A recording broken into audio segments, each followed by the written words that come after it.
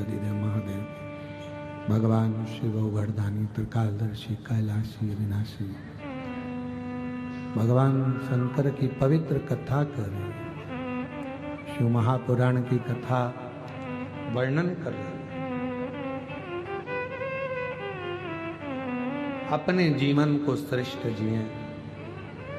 तारकासुर के 3 बेटे थे, तारकाक्ष, विदुम्माली और कमलाक्ष के।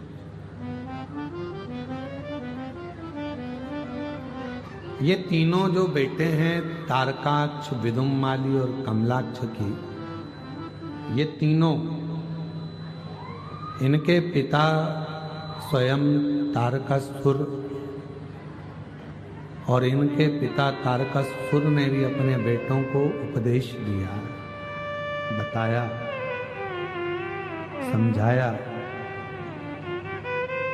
कि शिव तुम्हारे द्रोही नहीं है, भगवान शंकर तुम्हारे दुश्मन नहीं, शिव कभी द्रोही नहीं होते, शंकर कभी द्रोही नहीं होते, शंकर कभी दुश्मन नहीं। हमने कथा में पहले भी कहा था कि शिव का कोई दुश्मन नहीं, भगवान शंकर का कोई द्रोही नहीं, शिव के सब अपने। वो हमारे शिलेन भैया एक लाइन अच्छी गुनगुनाते हैं,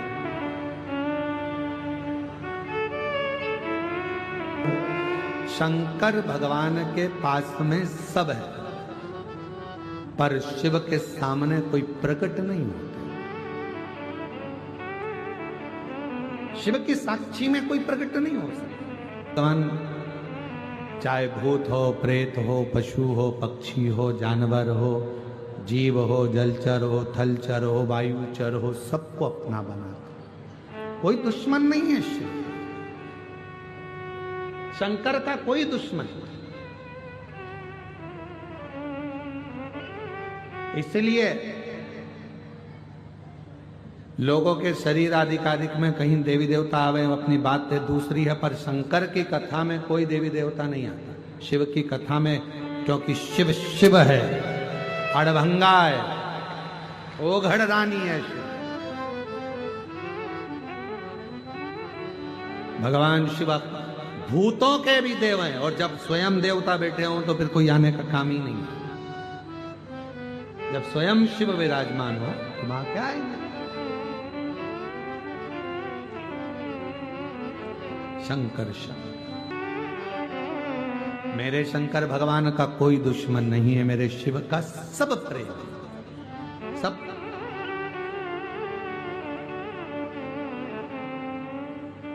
महाराज, तारकासुर ने अपने बेटों को तारकाक्ष, विदुम्माली, कमलाक्ष को समझाया, शिव तुम्हारा दुश्मन नहीं है, शिव करुणा सागर, शिव दया सागर। शंकर भगवान को दया का बिंदु कहते हैं, कृपा का सागर कहते हैं। क्यों कहा गया कृपा का सागर? जब भागीरथ महाराज ने तपस्या करी अपने 60,000 काकाओं के उद्धार के लिए, और गंगा मैया जब भगवान के चलकर पृथ्वी पर आना चाहती थी 60,000 काकाओं के उद्धार के लिए, तब गंगा जी को, उनके वेग को, उनकी तीव्रता को संभालने वाला कोई नहीं था। गंगा मैया ने कह दिया कि भागीरथ जी मैं आ तो जाऊंगी और पहुंच भी जाऊंगी, मना नहीं है, पर मुझे संभालेगा कौन? मेरे वेग को कौन संभालेगा? मेरी तीव्रता को कौन संभालेगा? मेरे वेग को कौन कंट्रोल करेगा? कौन संभालेगा? तब भगवान देवाधिदेव महादेव की आराधना भागीरथ बाबा ने, और स्वयं देवाधिदेव महादेव की आराधना भागीरथ बाबा ने करा, प्रार्थना करी भगवान शिव से, आप गंगा को संभाल लीजिए। शिव जी मन में सोचे, बहुत कठिन है गंगा को संभालना, बहुत कठिन। गंगा को संभालना मतलब जानते हो? जम के तो बोलो। गंगा को संभालना बहुत कठिन है। शिवजी मन में सोचे कि इसको संभालना कितना कठिन है। गंगा को संभालना मतलब समझते हो? गंगा को संभालने का मतलब है अपने भेजे को, अपनी बुद्धि को, अपने मस्तिष्क को, अपने सिर को ठंडा रखना। कितना कठिन है। दुनिया का सबसे ज्यादा कठिन काम एक ही है, अपने भेजे को ठंडा रखना। किसी ने कुछ बोला, एकदम उचिष्ट हो गए, गुस्सा। कोई कुछ बोल गया, फिर क्रोध आ गया, फिर कोई बोल दिया, फिर क्रोध आ गया, फिर कोई बोल दिया, फिर क्रोध आ गया। कितना कठिन काम, ये बहुत कठिन काम। अब भागीरथ जी कह रहे हैं कि गंगा को आप संभाल लो। शिव जी मन में सोचे, इसको संभालना दुनिया का सबसे कठिन काम, और ये संभल गई तो सब संभल गया। अगर ये संभल गई, सब संभल गई।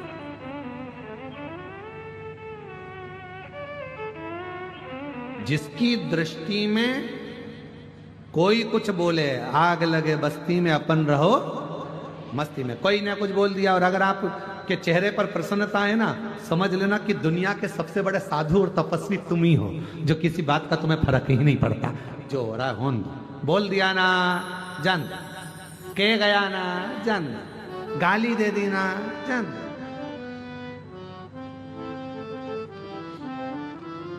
एक पति पत्नी साइकिल से जा रहे थे और साइकिल में बैठकर जा रहे, और दोनों शंभू साइकिल से बैठकर जा रहे थे, और जाते जाते इतने में साइकिल एक गाड़ी वाले से भड़ी गई। पीछे से गाड़ी वाला आया और साइकिल को भड़क था, और पत्नी पीछे बैठी हुई थी साइकिल, और दोनों जनी जा रहे थे, और पीछे से गाड़ी वाला ठुक गया। दोनों गिर गए, दोनों गिर गए। अब पत्नी पति को देख रही, पति पत्नी को देख रहा।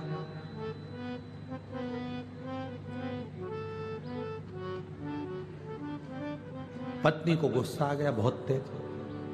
खड़े देख रहे हो, एक शब्द भी उस गाड़ी वाले को नहीं बोल रहे हो, उसने अपने को गिरा दिया, ठोक दिया, कम से कम चिल्लाना तो चाहिए ना। पति बोला नमः शिवाय, नमः शिवाय, नमः शिवाय।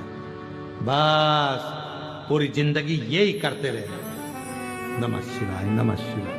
अरे वो ठोक के चले गया, अपन नीचे गिर गया, बोलो ना उसको, गाड़ी वाले को कुछ तो बोलो। मैं जाऊं क्या बोलने? और पत्नी जूड़ा कस के, और जब भी माताएं लड़ती हैं आपस में तो जूड़ा जरूर कसती हैं, क्योंकि फुल एनर्जी इसी से मिलती है, फुल एनर्जी।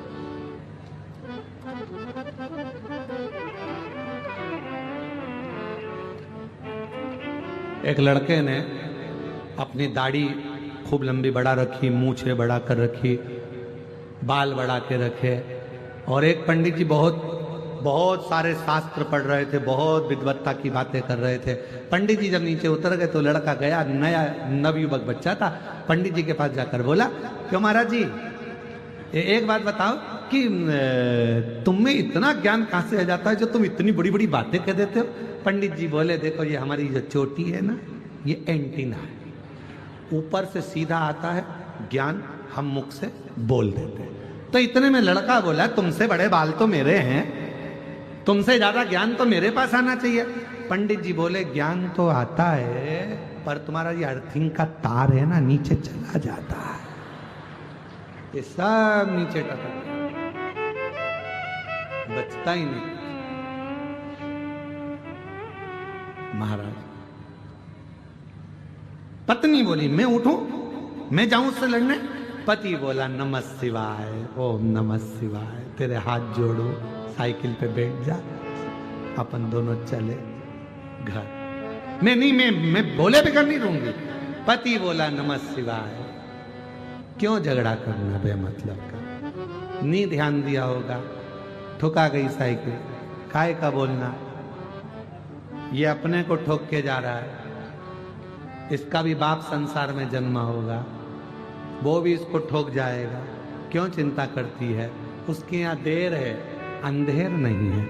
अपन बोलेंगे तो अपन ने जवाब दिया, अपने जवाब देने की जरूरत नहीं पड़े, जवाब महाकाल राजा दे, इंतजार कर।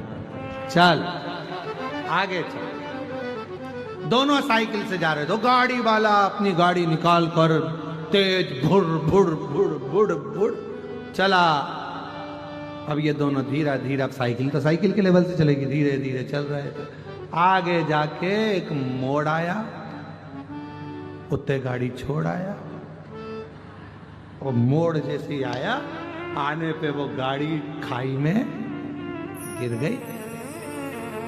पड़ा हुआ था, शरीर हापड़ी भर रहा था, कुछ भी नहीं बचा था। ये साइकिल से पहुंचे, भीड़ लगी हुई थी। क्या हुआ? कोई गाड़ी नीचे गिर गई है। जो देखा गाड़ी वही थी। पति ने पत्नी से कहा, देख तू जवाब देती तो उसको बुरा लगता, उसने जवाब दे दिया, पूरा हिसाब वो पूर्ण करता है, अपने को नहीं। अपने को जवाब दे, जवाब दे वो।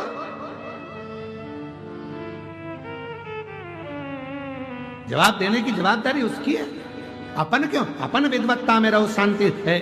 एक महाराज जी सफर कर रहे थे ट्रेन के अंदर, और रेल में सफर कर रहे थे, बहुत बुजुर्ग थे, गीता जी लेके बैठ गए, पढ़ने लगे। उनकी आंख से कम दिखता था, धीरे धीरे धीरे धीरे पढ़ रहे थे, गीता जी का पाठ कर रहे थे।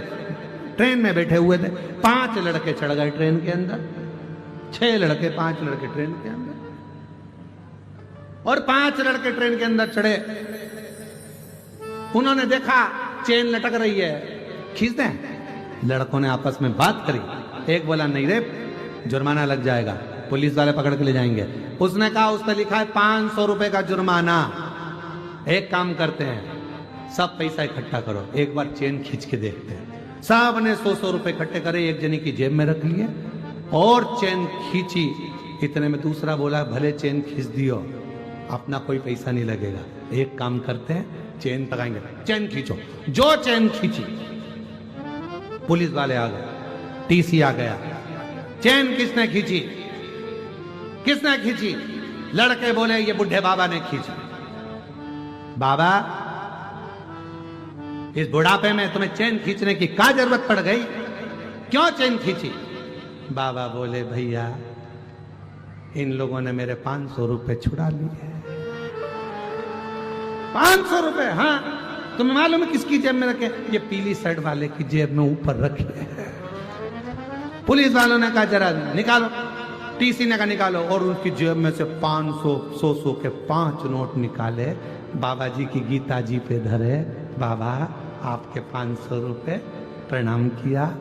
पुलिस वालों ने जो डंडे खुदाए 5 में, और ले गए भर के गाड़ी के अंदर। गाड़ी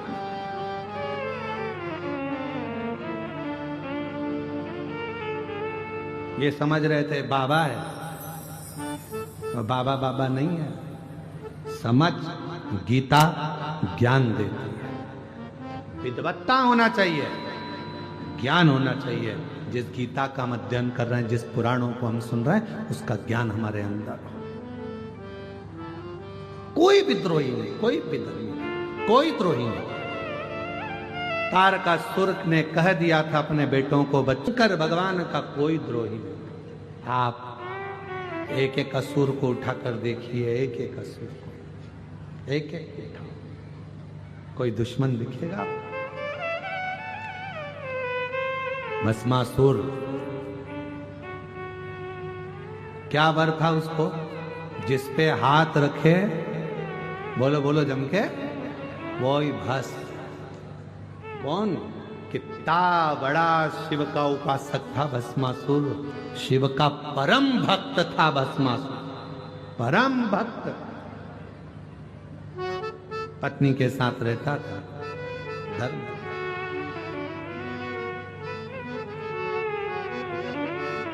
एक दिन धर्म पत्नी ने पति को देखा कि ये दिन रात शिव की आराधना में लगे रहते हैं, साधना में लगे रहते हैं, शिव की साधना। कहा, पूरी सृष्टि पर मुझे राज्य करना है, पूरी सृष्टि। किससे वर मांगो? धर्म पत्नी ने कह दिया, शिव से बड़ा कोई दानी नहीं हो सकता संसार। अपना घर सोने की लंका तक उन्होंने लंकापति रावण को दे दी थी। कर्ण फूल निकाल कर दे दिए थे मांबा ने। उनसे बड़ा दुनिया में कौन दानी होगा? मांगना है तो शिव जी से मांगो। बाबा की आराधना में साधना में डूब गया बहुत।